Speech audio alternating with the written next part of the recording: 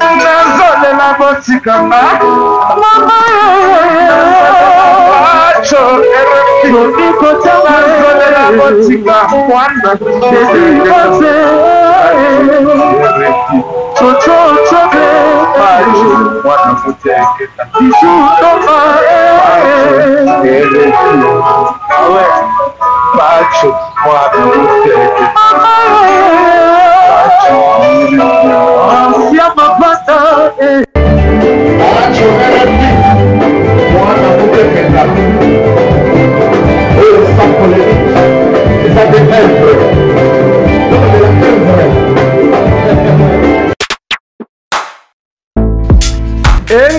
engaye bana poto bana mikili hotel ya solo ezali kaka se moko na Kinshasa Hotel Pacific Hotel.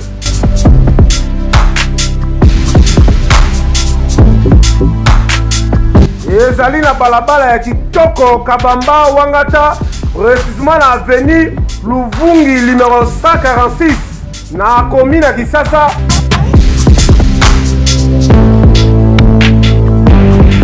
Kolala pe kolamuka ezali kitoko, malili ezali kitoko, ba chambre pe confort, ba appartement ezali propre ndeti kaka ozala mikili.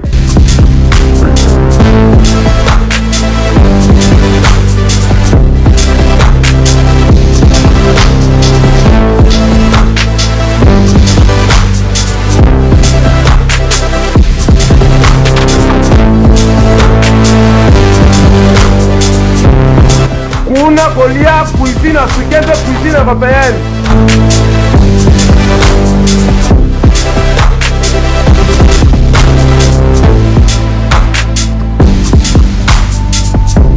Tunanga nini wifi eza ofele, ordinateur eza ofele, voiture pe ya déplacement ezali. Kozanga te oleka kuna, soki oleki kuna ozala jamais déçu. Ba na poto bana mikili, ba homme d'affaires, ba femme d'affaires. Place ezaka moko na Hotel Pacific Hotel. Kuna la classe est la différence. Et qui est yo?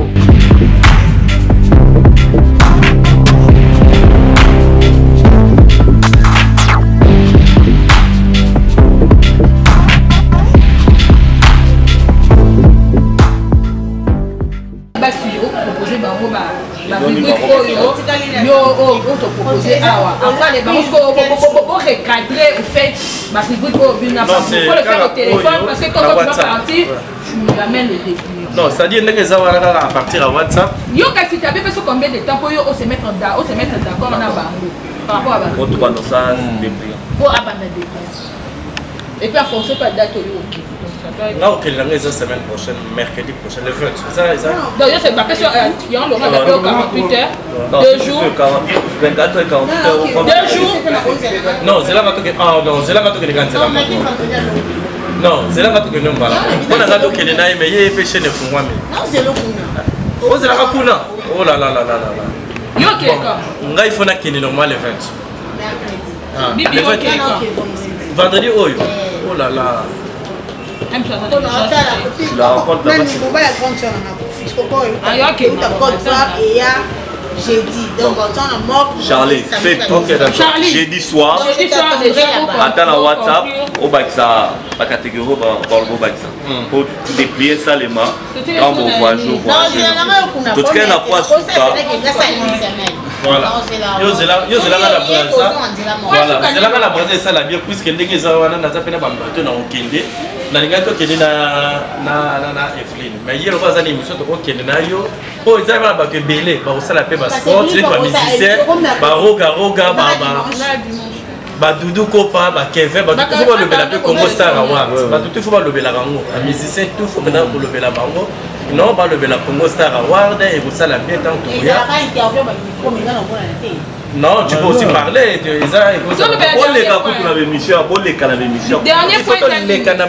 Dernier point d'Ali, échange sur l'événement. C'est ça. C'est très important. Échange sur l'événement. Ça veut dire ce qu'on avait fait l'autre fois, les autres n'étaient pas là.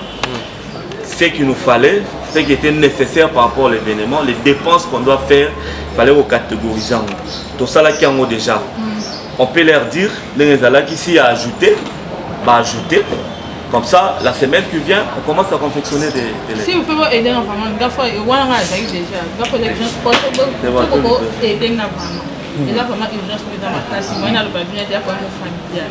ok, d'accord, c'est bon. Déjà, on a marqué déjà présence nécessaire. On a bibliothèque déjà. Donc, quand on dit qu'il y a faim, quand on a Charlie. Camo. Avant de partir.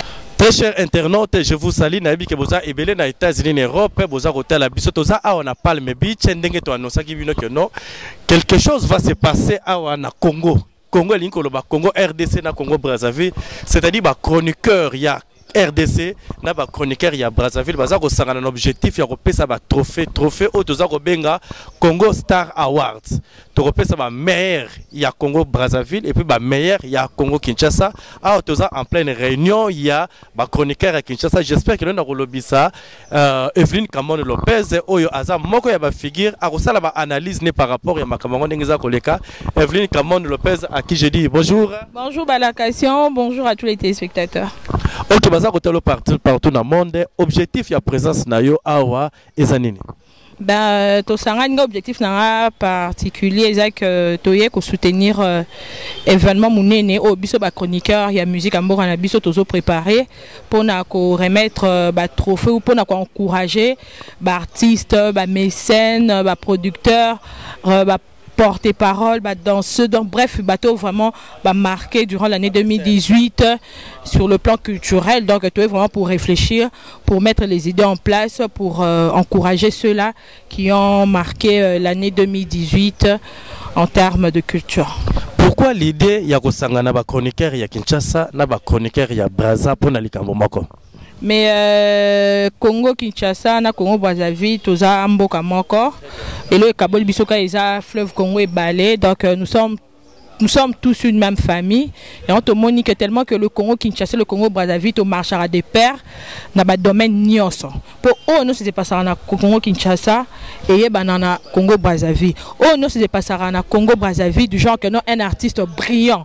Ouazana Congo Brazzaville na Kinshasa to yebi et na RDC to yebi un artiste brillant, au comédien, au mécène na RDC na Congo Brazzaville ba yebi, d'autant plus que tu appelles ba voisin, donc on te monique que fait tout s'associer parce que ngonga soit na Brazza et beta rapé na kingonga pe ya sur le plan culturel soit beti na kin et beta rapé na bayon to peut faire que non tout s'associer pour et peut faut signaler que tout ça un peu une différence au exista jamais na ba remise à ba trophée ya mboka na biso parce que biso a ezara ming mam karo monsieur congolais nyoso ka ya ki biso vraiment tout se démarquer pour promouvoir aussi les excellents dans la culture au niveau de Congo Brazzaville, c'est un peu ça.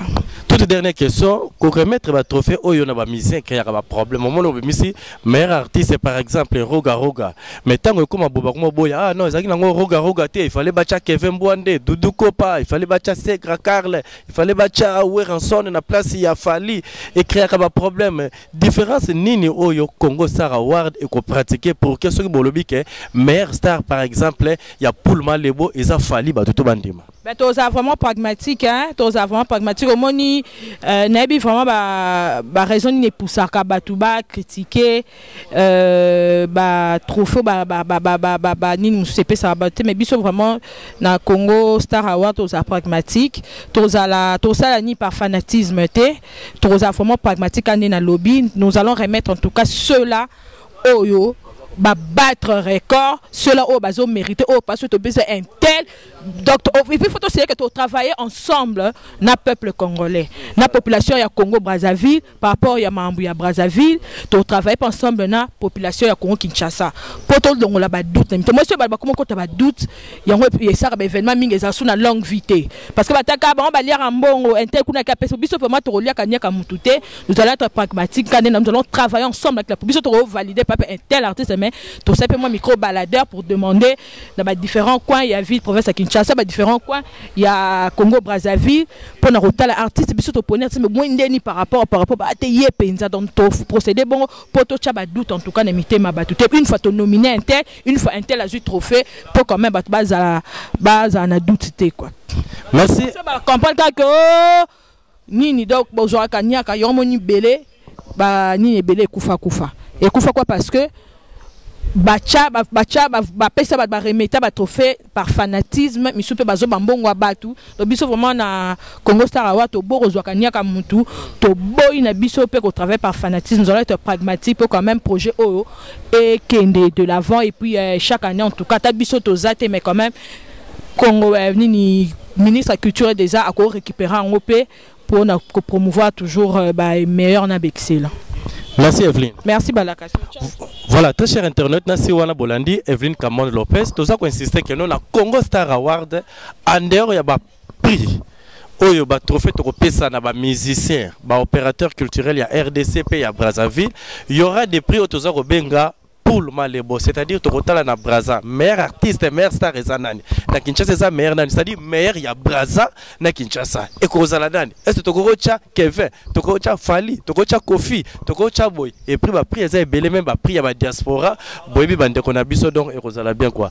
Donc je vais faire parler maintenant Delix Arlo, un journaliste na couleur télévision qui je dis bonjour Delix. Ouais, bonjour Kapalanga Ngonzo. Ouais, ça va, Zana. Oui, ça va très bien, tout doucement ça va. Qu'est-ce qui justifie votre présence ici? Présence, c'est pour ça, entre amis et confrères, pour te na idée moi malam. Idée malam aux années, tout ça que ça les deux Congo et comme Congo moro na Italie culture et les deux rives. Oh non les alaté parce que oui trouver ça malango va venir soit ça mon amboka ba ngoma Afrika mais belle danger mais cette fois-ci biso ce que toyé to 5 Congo Brazzaville na Congo Kinshasa parce que tozara mingi na Congo Brazzaville tozara mingi na Afrique tozara mingi dans le monde. Mais cette fois-ci, entre les dérives, tout ça, la trophée Moko, et sa restauration, et sa kimia, n'a pas tout à l'absolu partout. Congo Star Award. Congo Star Award, Soukana Masolo, c'est du loup, il y a Boizana, noté. Pourquoi idée, il y a Kobimisa, ba mère, il y a Braza, ba mère à Kinshasa, na ba mère, Moussou Oyo, Toza Rolobake, Baza, ba mère, il y a Braza, puis à Kinshasa. Et là, on y a surtout un encouragement. Tant que tu as Moussala, il faut toujours aller la récompenser.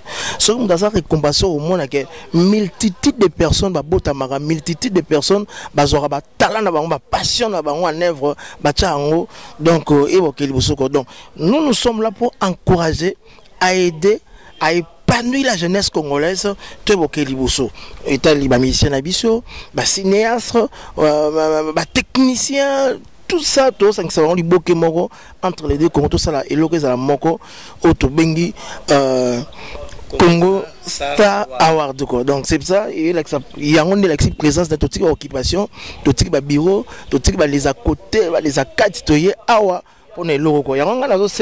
Pourquoi associer les chroniqueurs aussi de Brazzaville?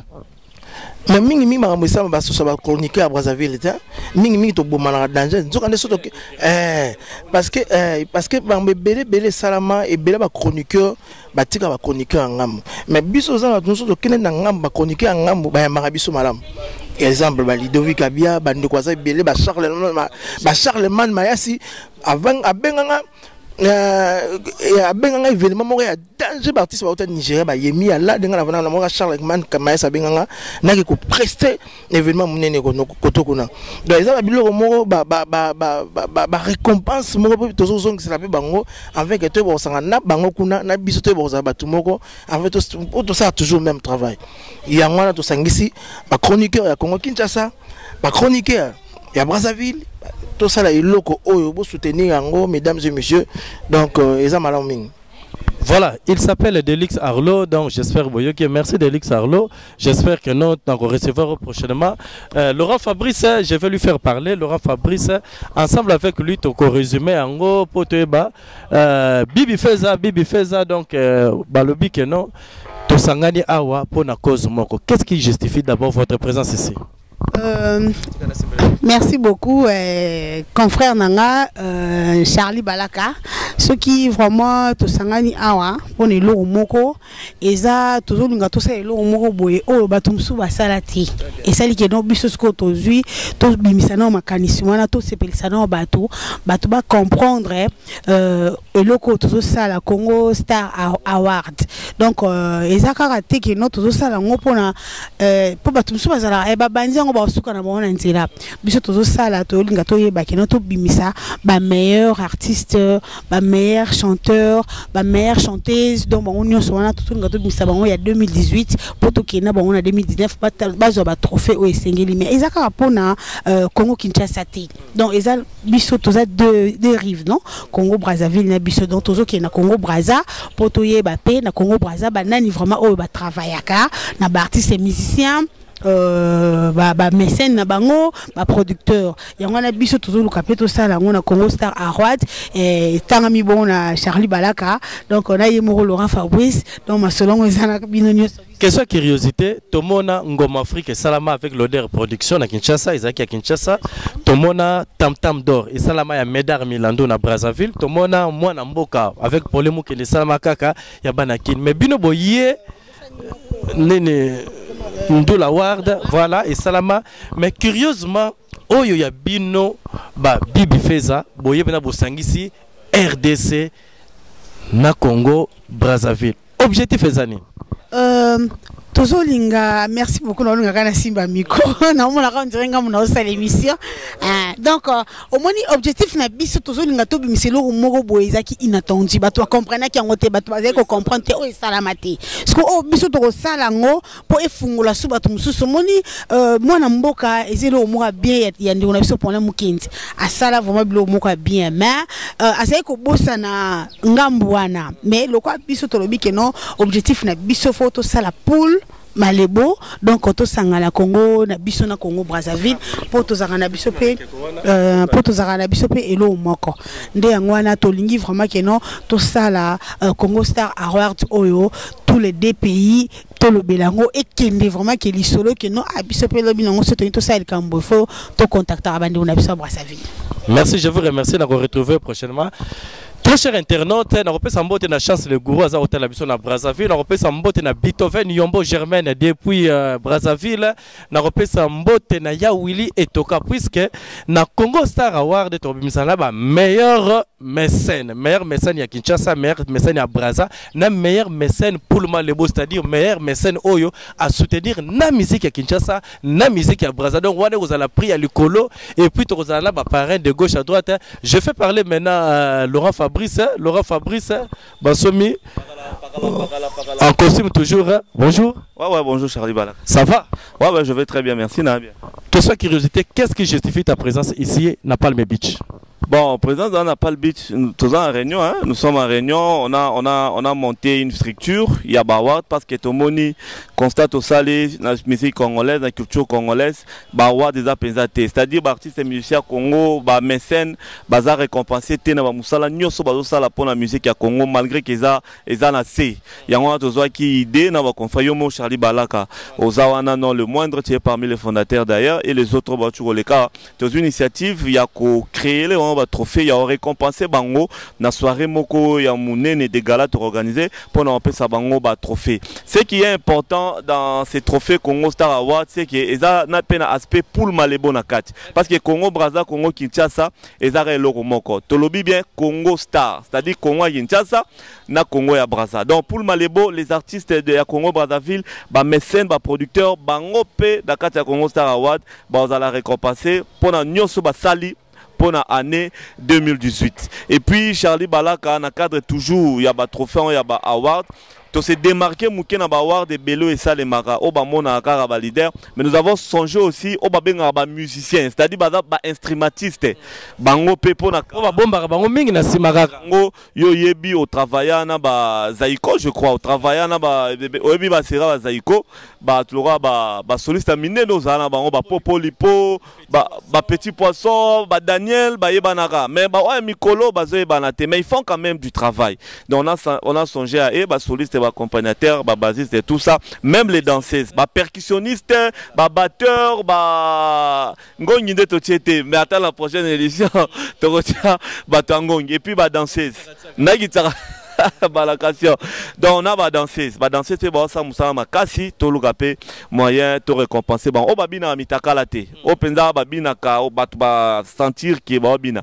Et puis Charlie différence même c'est-à-dire ce meilleur chanteur il y a 2018 à ta place boza boye ba penza que mutuana a mérité za te misu ba sala ba fantasy ba beti ko na soir ba su ba mbon ba tie na poche ba ye ba publier un tel atako ta mérité on te ba pesi biso penza c'est la méritocratie. Charlie Bala Rosano travaille na Werason, travaille na Kofi, ozan expérience à musique ou musique. Ngai Laurent Fabrice Yoyebi na travaille na Marie Paul na yo ki la ngo sonité na bete la ngo yem ta bimisanga na misabatu. Déjà et puis ba Kamo ba Bibi ba Arlo ba yambara artiste et musicien nyonso eza ya mokili ne balobara eza la Yanzambe. Donc, tu revends, tu se réunir, ba membre à jury, ba rosape, ba grand artiste, ba to baby musique, ba professeur à Ina, ba professeur ya ba bilo rebelle ya culture, pour que tu sais l'oro mogo, il y a une première en Afrique centrale qui est les deux poules.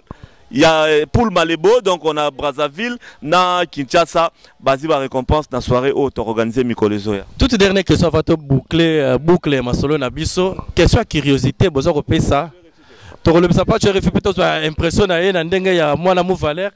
Question curiosité, Bozo Pesa, trophée pour Malébo par exemple, dans la plus grande star, Oya Sangisi, na Kinshasa, na Brazzaville. Sur quels critères? Sur quels critères est très simple. Neto ba Congo Kinshasa, Congo Brazzaville, c'est le Romoko, Tolobara langi ya lingala, Tolobara lingala. Parce que tout le monde a musique mingo ebeta na Kinshasa et beta na Brazza. Parfois beta na Brazza et beta avec ça. Alors il faut toper sa excellence. C'est-à-dire il y a des artistes et musiciens au bazar qui excellent qui sortent de l'ordinaire.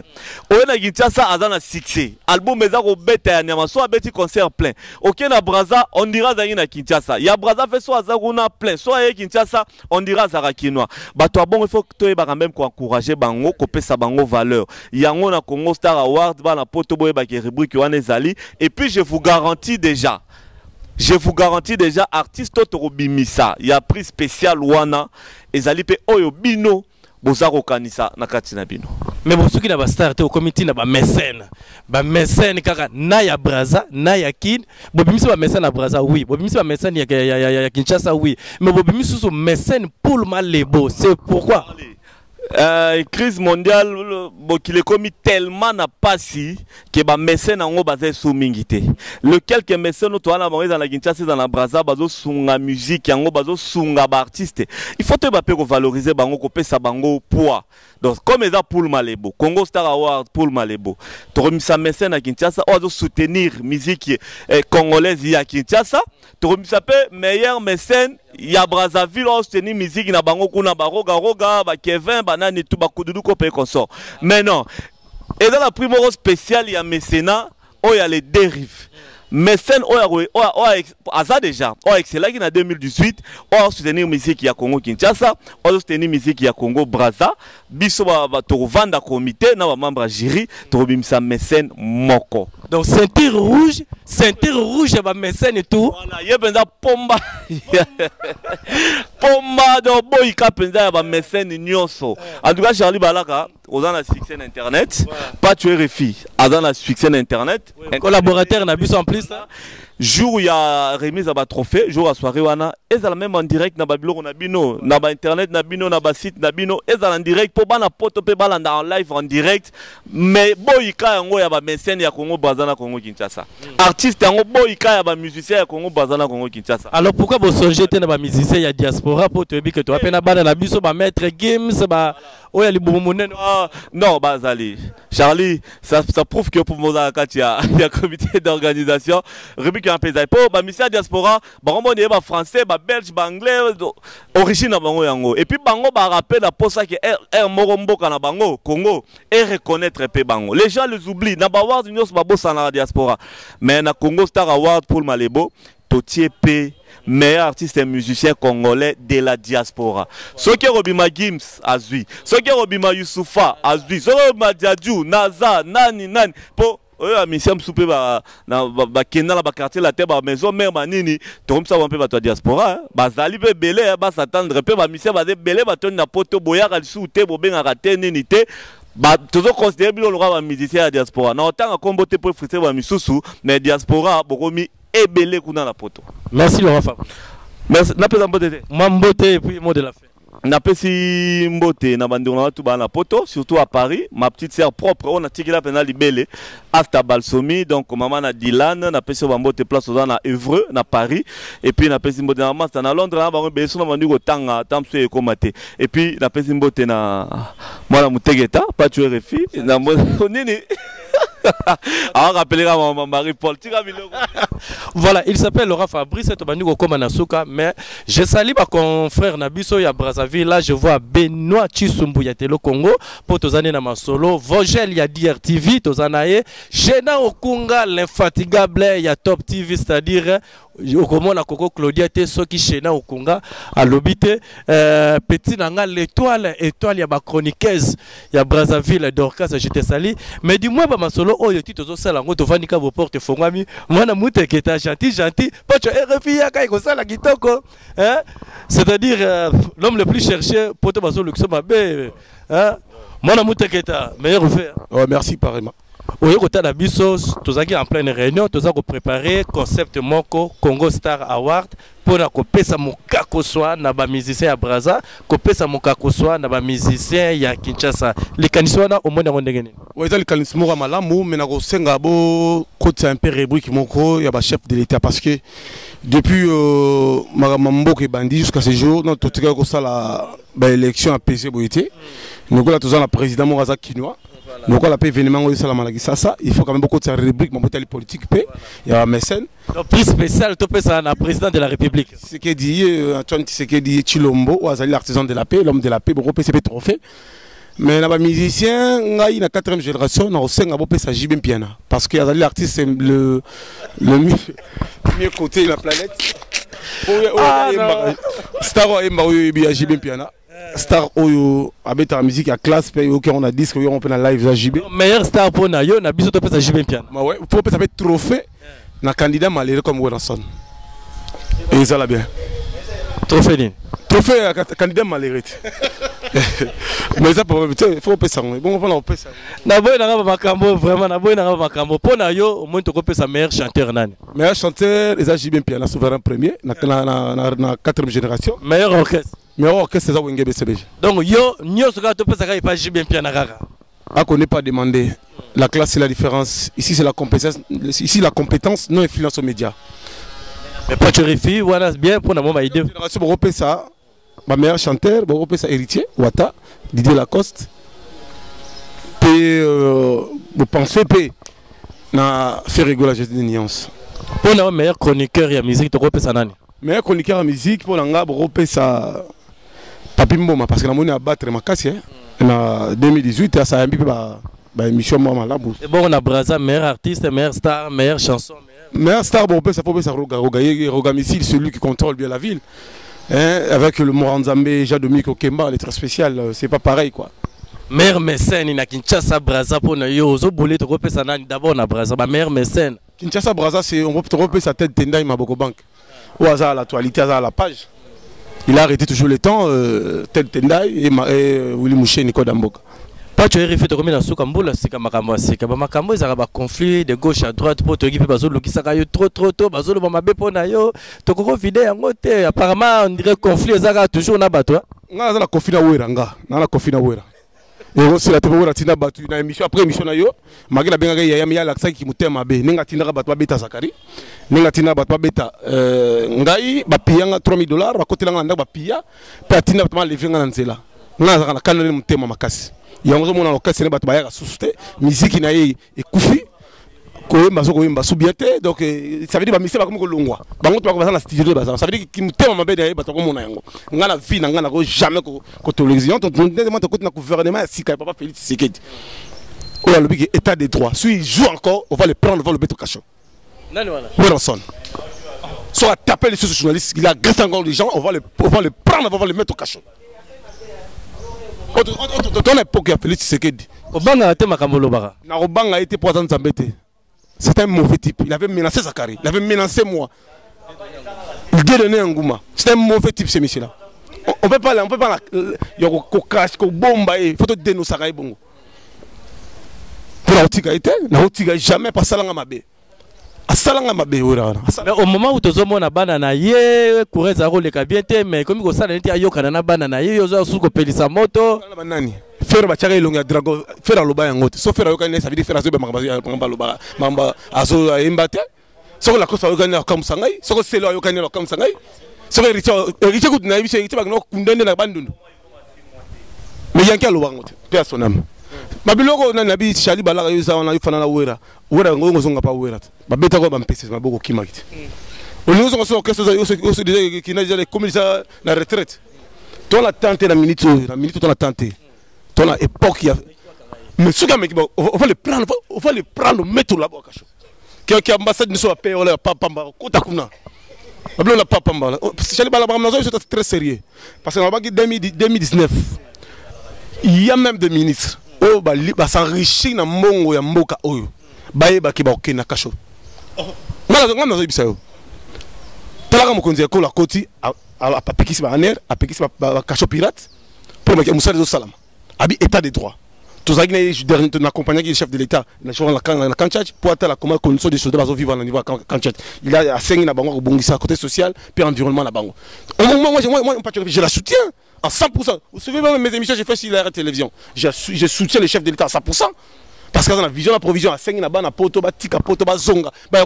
Magamo, journaliste à la quatrième pouvoir. On ne peut pas vous créer des milices pour taper Moutou. Pour faire des milices, pour faire la forêt, il y a tout fait. Question curiosité, le but que nous avons fait musique, zonga, na poto. Analyse par rapport à ça, puisque combattant au numéro 1 a commis président de la République. Ça, si vous avez musique fait un poto. Félix Séguéla combattant, Félix Séguéla a président d'un parti politique. Il y a plus de 37 ans élite. Il y a papa pas Kokunangai. Parce que Kokunangai, Stéphane Kabamba. Azalagi secrétaire patrie. Puis en même temps, parce qu'il a fait Tchanti Sekedi Wambulumba. Batambolane toute la République. Batambolane Europe Mobimba. Maréchal Kangara, on a Kanchach. A comment un père dans le Congo. Tshisekedi, il y a papa Kokunangai Tshisekedi. A comment un Kokunangai Stéphane Kabamba. Un père. Ça veut dire que non, on a la droit à l'IDPS. Ça veut dire que Félix Tshisekedi c'est le président national. Vous avez le droit de n'y pas tuer un IDPS. Vous avez le droit parce que Kokunanga. Azali par secrétaire particulier il y a Kokunabiso Tchanti Sekedi Wambulumba. On a un héros national. Ça veut dire que Basali IDPS, Bandaki na yé. Nous avons Kokunabisa comme plus de 80 ans aujourd'hui à Zananda tout ça. Nous avons le droit. Nous avons le droit au sein de la partie IDPS. Net le droit chef de l'État élu.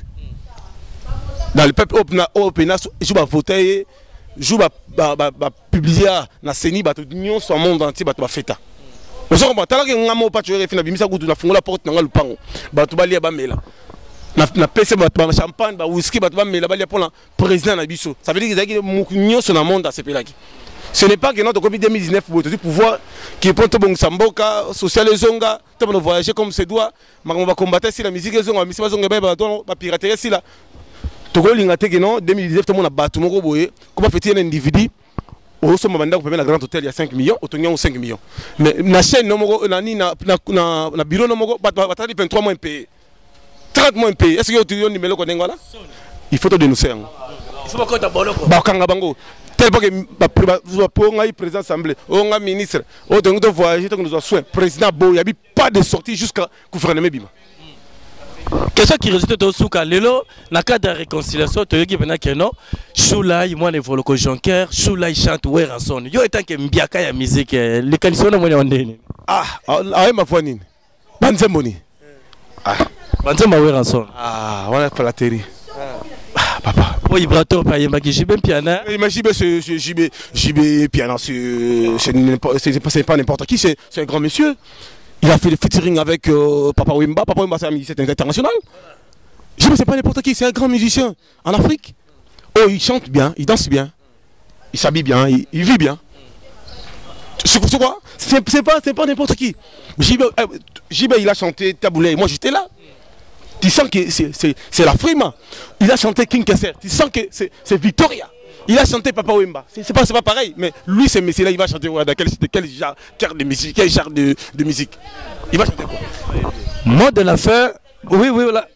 Donc il y a des choses là été moi les follow que Jonker. Mais il y a des mais so il y a président. Il y a Aza Choula Aza premier Aza parmi les musiciens les bossos to banana bango maison mère ba utaka poto ba yaka na japonais ambassadeur qui japonais mutayaka na bango donc alongo ka pe mutali bosso po baso na na JDT bazako wela ba aspect mais lelo alobi na cadre zo sentir que climat za bien été entre Wera na banana a créé pe abana ko rendre hommage na le grand chanteur Weranson. Ah papa.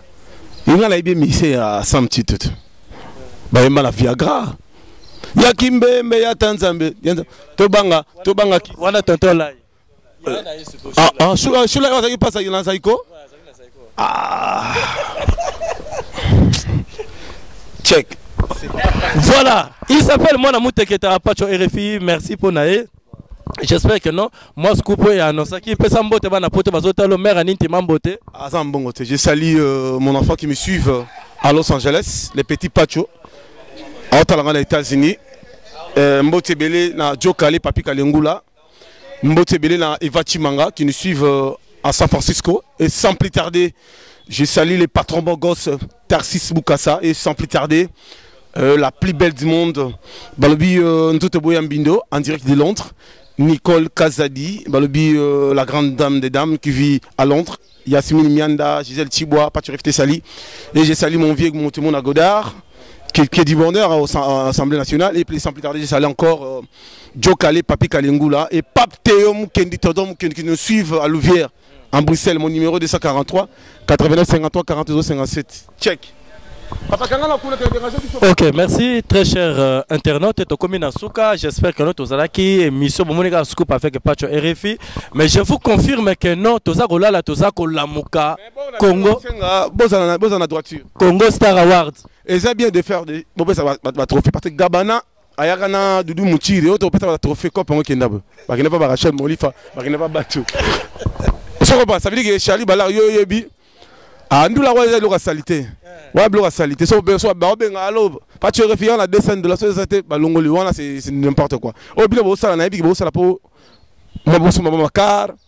Beaucoup mo ba parler ni tinga pena na bandaku. Mais ils sont nous matin. Il aura le besoin de soutenir le chef de l'État Félix Antoine Tshisekedi. Chef de l'État Nabiso. Ça dit pour nayo évidemment aux hommes on va tout sous le haut patronage du président de la République. Mais oui, le président so ko meli na 12h05 à répondre au numéro. Le président a ma téléphone au numéro ne yebani banda Congo ezala et yebana kututi. Mais nakutanga na mokonzi ekolo ti. Na ye protocole na bitinga pas tu RFI comment audience abi non yete RFI moi la pale yaka. Moi la mukola. Abelongo moi la muteketa ko moi na mukola yaka abenga. To solo li senga na sota ba émission na RLTV a sengi na ngai que na sala na lobela ming civisme. Changement de mentalité respect à moto neti ba robeta obuité. J'étais comme la justice, comme l'état des droits. Quand vous tapez, Malamoko. Malamoko, je suis la plaque. On a parce que vous avez acheté un gouma. Mon chez le cas, Zakari, Télémaki, Bakio Bouka. Oh, le rat, non, Malamon est fini. Fini. Quand tu te touches, Malamoko, le chef, il est au courant. Malamoko, il y a monté que bateau à foutre Maraté dans la société, comme il faut dénoncer, bateau, jaloux. C'est-à-dire, plus rien ne sera comme avant. Tout doit changer. Voilà. Nous voici à la fin, très chers internautes. Je confirme, mère Aninti Mambote, Ngana Yebi Force Nayo. Donc, c'est-à-dire responsabilité à Soraya, Nabi Gazarlamaboko Nao. Je te confirme encore une fois, Kakayo. Didier Lengi à Montréal, je te salue. Didier Lengi encore une fois, Kakayo. Chance le gourou, force plus force. Makamoza qui toque donc, bon s'abonner, na confirmation B3. Bah, Oyo, Bazuna, nos chances à s'abonner. T'as la lien. Tindela Muninga lien à s'abonner.